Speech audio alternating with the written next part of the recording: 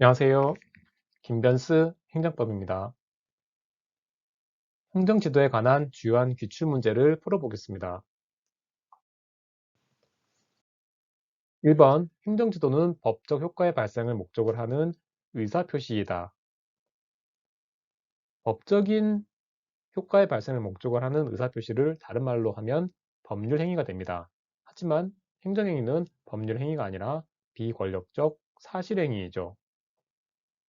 1번 지문은 틀린 지문입니다. 2번, 판례에 의하면 세무당국이 주류거래를 일정 기간 중지해 줄 것을 요청한 행위는 항고소송의 대상이다. 주류거래를 일정 기간 중지할 것을 요청한 행위는 권고 내지는 협조를 요청하는 행위로 행정지도이고 항고소송의 대상은 아닙니다. 항고소송의 대상이라고 설명한 2번 지문은 틀린 지문입니다. 3번, 위법한 행정지도에 따라 행한 사인의 행위는 법령에 명시적으로 정함이 없는 한 위법성이 조각된다고 할 수 없다. 행정지도를 반드시 따라야 하는 건 아니기 때문에 위법한 행정지도를 따라서 한 행위라고 해서 그게 정당화되지는 않습니다. 3번 지문은 맞는 지문입니다. 4번, 행정지도의 상대방은 행정지도의 내용에 동의하지 않는 경우 이를 따르지 않을 수 있으므로 행정지도의 내용이나 방식에 대해 의견 제출권을 갖지 않는다.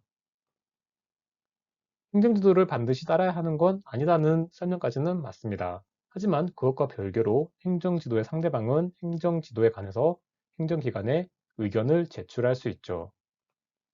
의견 제출권을 갖지 않는다고 설명한 4번 지문은 틀린 지문입니다. 5번, 행정지도는 반드시 문서로 하여야 한다. 행정지도는 말로 할 수도 있습니다. 하지만 말로 한 경우에 상대방이 서면 교부를 요구하면 서면을 교부해야 하죠. 반드시 문서로 해야 한다고 설명한 5번 지문은 틀린 지문입니다.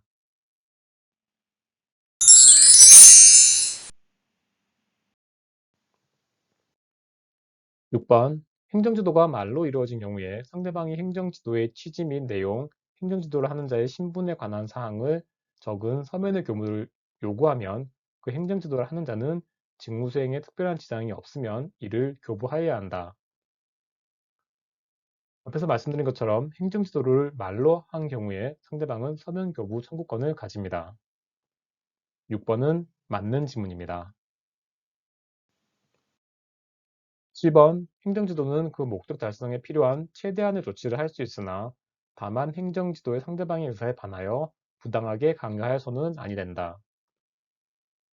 행정지도는 목적 달성에 필요한 최소한도에 그쳐야 하고 최대한의 조치를 할 수 있는 건 아닙니다. 7번 지문은 최대한의 조치를 해야 된다고 했기 때문에 틀린 지문입니다. 8번, 행정기관은 행정지도에 따르지 아니하였다는 이유로 불이익한 조치를 할 수 있다. 행정지도는 비권력적 사실행위로서 일반적인 권유에 불과하기 때문에 행정지도를 따르지 않았다는 이유로 불이익한 조치를 할 수는 없습니다. 불이익한 조치를 할 수 있다고 설명한 8번 지문은 틀린 지문입니다. 9번, 국가배상법이 정한 배상 청구의 요건인 공무원의 직무에는 권력적 작용만이 아니라 행정지도와 같은 비권력적 작용도 포함된다. 국가배상법에서 말하는 공무원의 직무에는 행정지도와 같은 비권력적 작용도 포함시키고 있습니다. 따라서 위법한 행정지도로 인해서 손해를 입으면 국가배상을 청구할 수 있는 것이죠. 9번 지문은 맞는 지문입니다. 10번, 교육인적 자원부 장관의 학칙 시정 요구는 대학 총장의 임의적인 협력을 통하여 사실상의 효과를 발생시키는 행정지도의 일종이며 설령 단순한 행정지도로서의 한계를 넘어 규제적, 구속적 성격을 갖는다 하더라도 공권력의 행사로 볼 수 없다. 교육인적 자원부 장관의 학칙 시정 요구는 행정지도이긴 하지만 규제적, 구속적 성격을 가집니다. 따라서 이런 경우에는 헌법 소원의 대상이 되는 공권력의 행사라고 보고 있습니다. 공권력의 행사로 볼 수 없다고 설명한 10번 지문은 틀린 지문입니다. 끝까지 영상을 시청해 주셔서 감사합니다.